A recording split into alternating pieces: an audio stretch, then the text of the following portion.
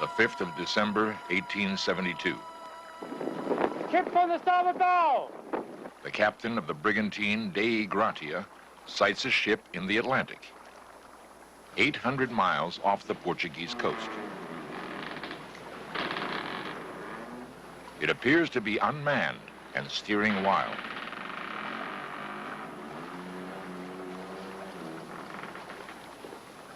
Ahoy there!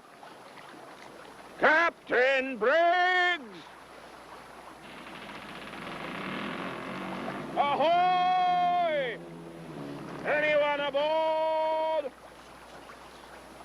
The only reply is an eerie creaking. No one appears on deck. The ship is completely forsaken. What happened to the crew of the Mary Celeste is one of the enduring mysteries of the sea.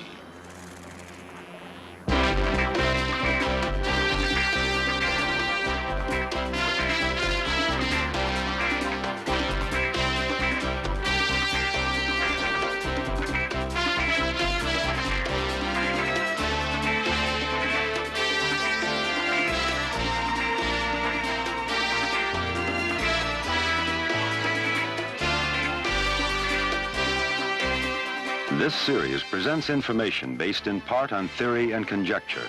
The producer's purpose is to suggest some possible explanations, but not necessarily the only ones, to the mysteries we will examine. We represent the government of the United States of America. We have permission from your government to board your vessel. Today, Coast Guardsmen are accustomed to finding abandoned vessels. Stand by and prepare to be boarded. The first boarding is tense and dangerous. Nosotros tenemos el permiso de su gobierno a abordar su barco.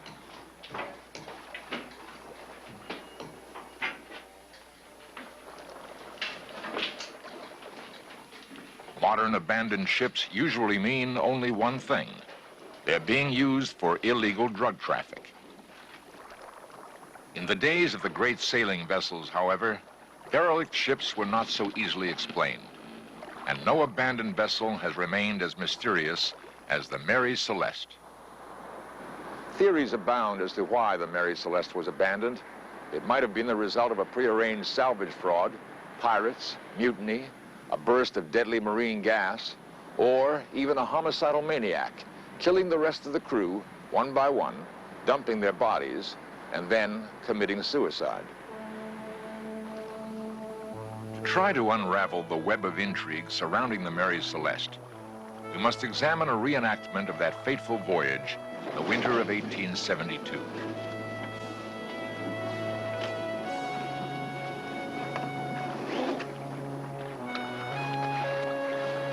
On November 2nd, in the New York harbor, the Mary Celeste completed loading her cargo, 1,700 barrels of alcohol.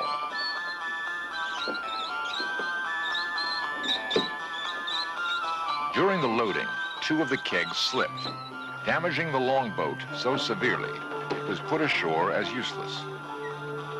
A replacement could not be found, but the Mary Celeste still carried her yawl on deck. If absolutely necessary, it could accommodate the entire ship's company.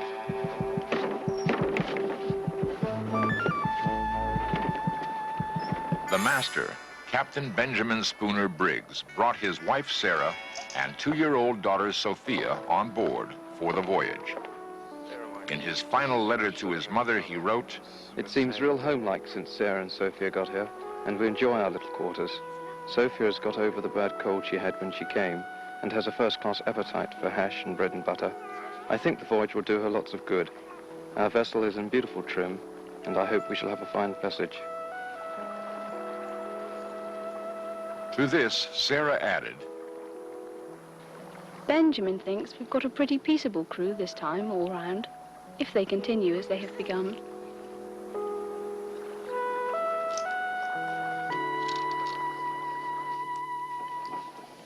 The night before the Mary Celeste sailed, Captain Briggs dined with Captain David Reed Morehouse of the Dei Gratia. Which makes a change in this day and age, really. The 2 ships were moored side by side at the dock. very slipshod about it all. In light of subsequent events, this was a strange coincidence. The two men knew each other well. What did Captain Morehouse think of Briggs? Briggs was a teetotaler and a God-fearing man. He could be stern when occasion required it, and was not a man to be intimidated or imposed upon. But he was just and considerate towards the men serving under him, just as he was gentle and affectionate in his family relations. 1, 2, 3, 4. 2, 3, 4. On November 5th, 1872, the Mary Celeste set sail.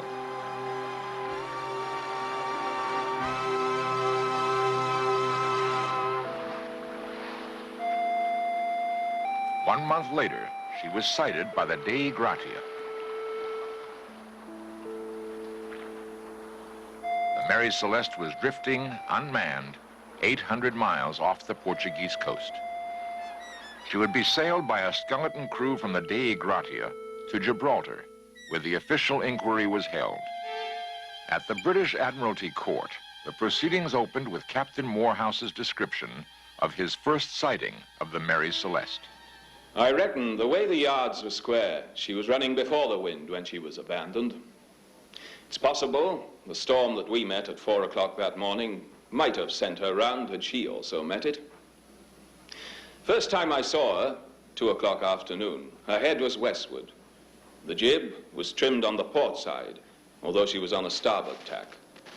She was yawing, coming up to the wind then, falling off. I judged something was amiss.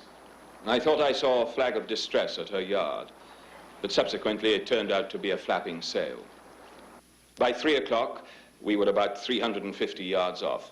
I hailed her, but got no reply, and I couldn't see anyone on deck. So I sent Mr. Devereux, my second mate, over to board her, and in due course he signaled me to come over myself.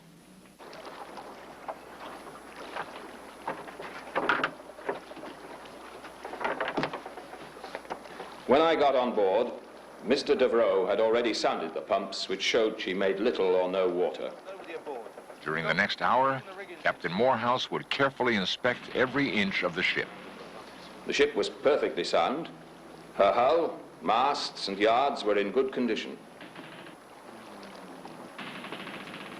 Her cargo, which was barrels of alcohol, was properly stowed and hadn't shifted, but the forehatch had been lifted off. This was only one of the many enigmas Morehouse would encounter.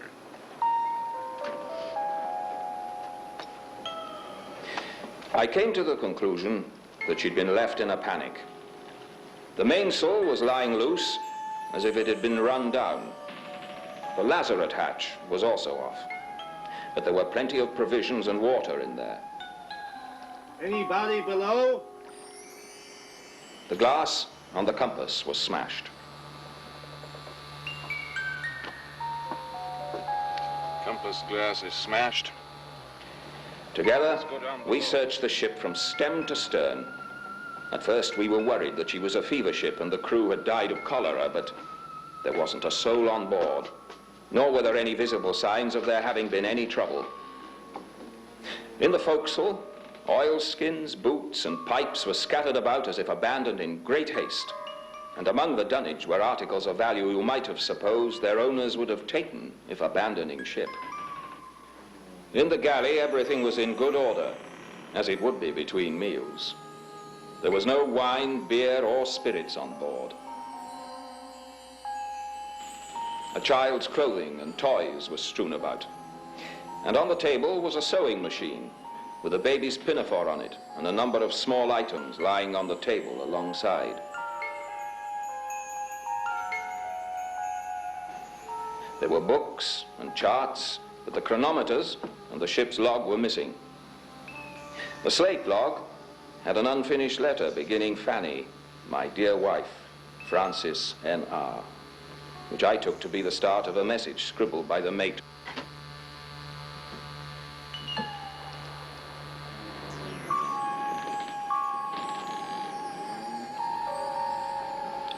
The ship's boat was missing. You could see where the boat had been lashed across the main hatch, but that was not the right place for her. There were no signs of any tackle to launch her, but we usually launched our boat from the rail with only a tow rope to secure her. I saw no remains of painter or boat's rope fastened to the rail. Captain Morehouse's observations were detailed, but they raised more questions than they answered.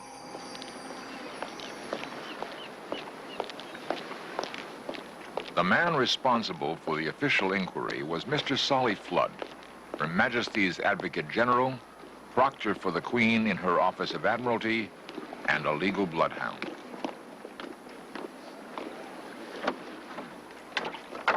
A new age of belief in science, invention, and technology was dawning.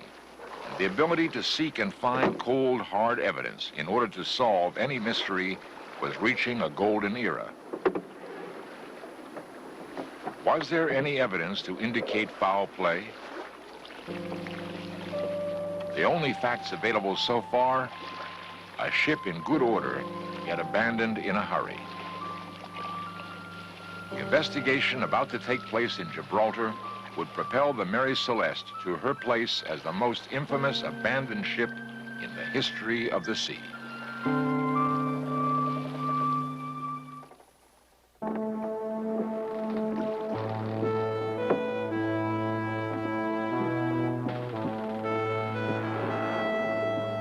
Advocate General Solly Flood boarded the Mary Celeste to examine it in minute detail.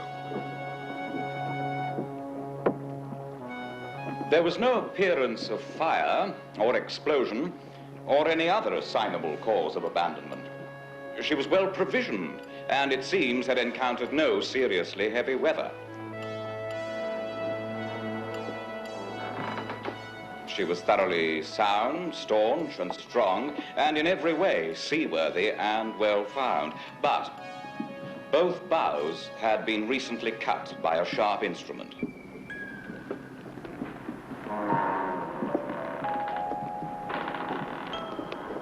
On the starboard topgallant rail, there were marks apparently of blood and a mark of a blow, apparently by a sharp axe.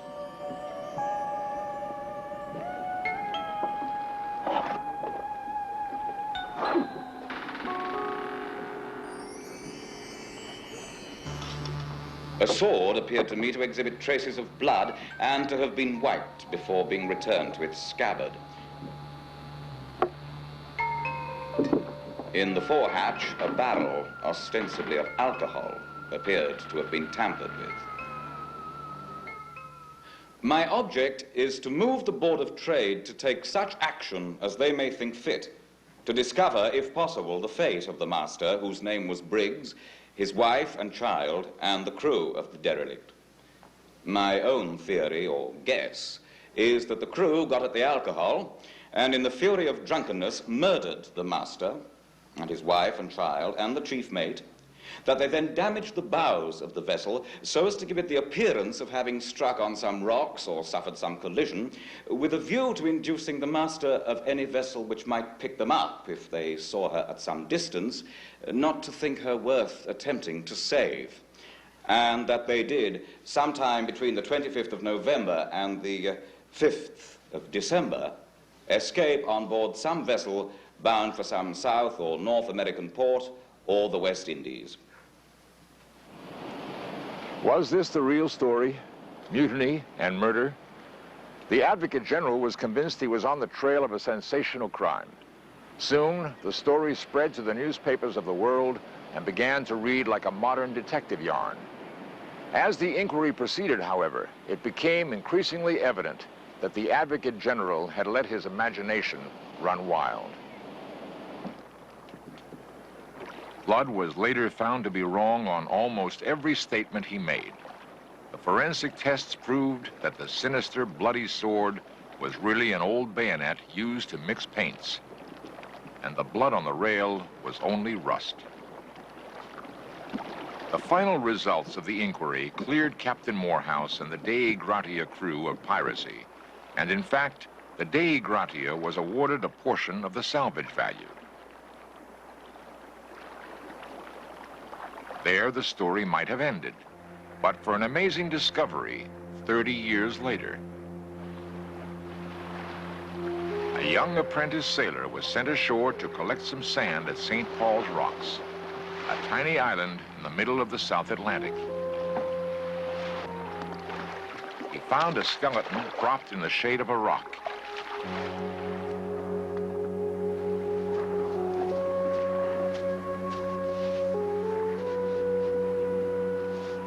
And beside it, a bottle stuffed with a soiled and faded letter.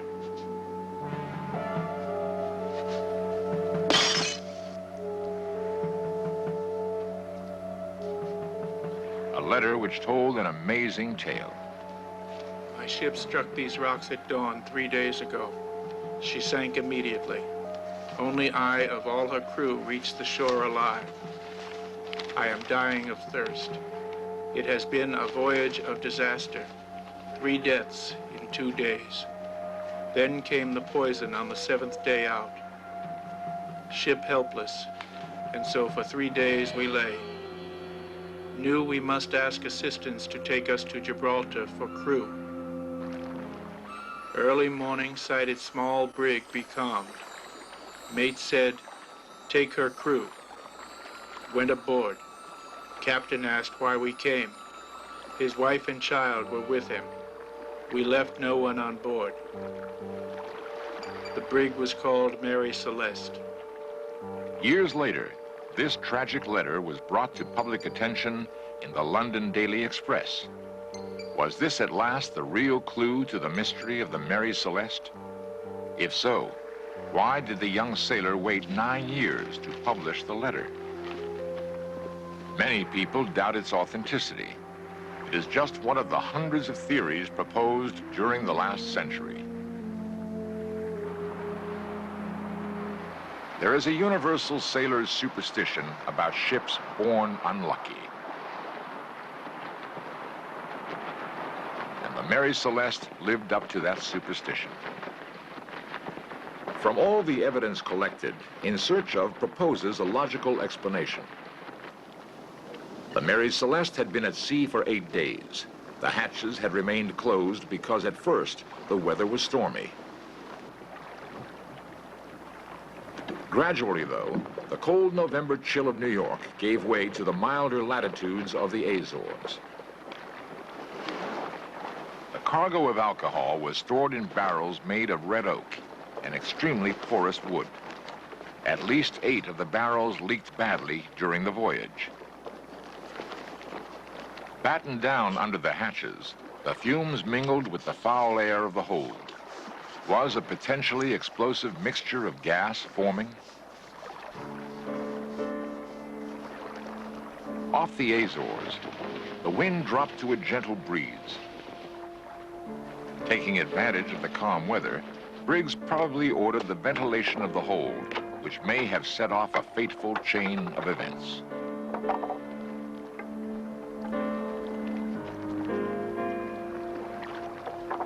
An upward rush of fumes, perhaps even an explosion. Then, steam, looking like smoke, poured out of the hatch. Abandon ship! Some of the men began to take in sail. Convinced that the ship was about to blow up, Briggs ordered the boat lowered. A sailor broke out a coil of rope as a tow line from the lazarette. Someone grabbed some tins of preserved meat. Briggs snatched up his chronometer and any of the ship's papers he could quickly lay his hands on. Feeling certain that time was of the essence, he urgently herded his family and crew to the yawl.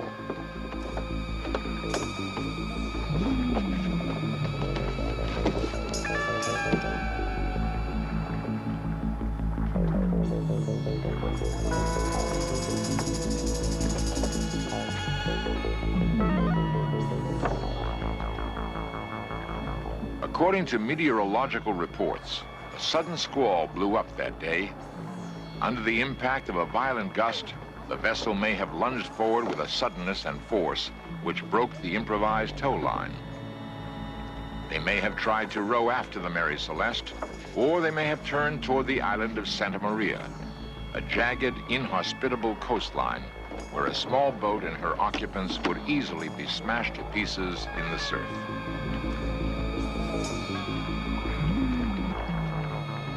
The wind shifted, however, so it seems more probable that the small boat was blown southeast, away from the island and out into the vast reaches of the Atlantic, to disappear forever.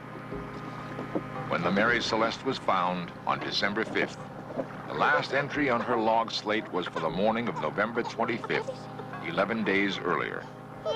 This entry put the Mary Celeste 6 miles north of the island of Santa Maria in the Azores. With the set of her sails and with no one at her helm, her natural course would be roughly at right angles to the wind. This presumably was how, over the 10 days, she covered the 750 miles between the last entry in the log and the position where she was first sighted by the Dei Gratia. What has been reenacted seems to be the most likely explanation. But whatever the cause of the panic, Captain Morehouse was certain of one thing. Captain Briggs bore the highest character for seamanship and correctness, and would not, I think, desert his ship except to save his life. The Mary Celeste became a marked ship. Sailors being superstitious, no one wanted to own her, sail her, or have anything to do with her. She was sold and resold rapidly at well below her commercial value. 13 years after the events we have described, she was deliberately wrecked by her owners in a failed insurance fraud scheme. On Rochelle's Reef off Haiti, she quickly broke up.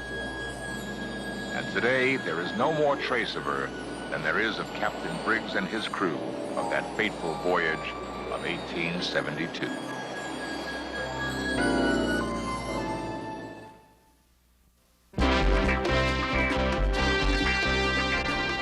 Lost civilizations, extraterrestrials, myths and monsters, missing persons, magic and witchcraft, unexplained phenomena. In Search of Cameras are traveling the world, seeking out these great mysteries. This program was the result of the work of scientists, researchers, and a group of highly skilled technicians.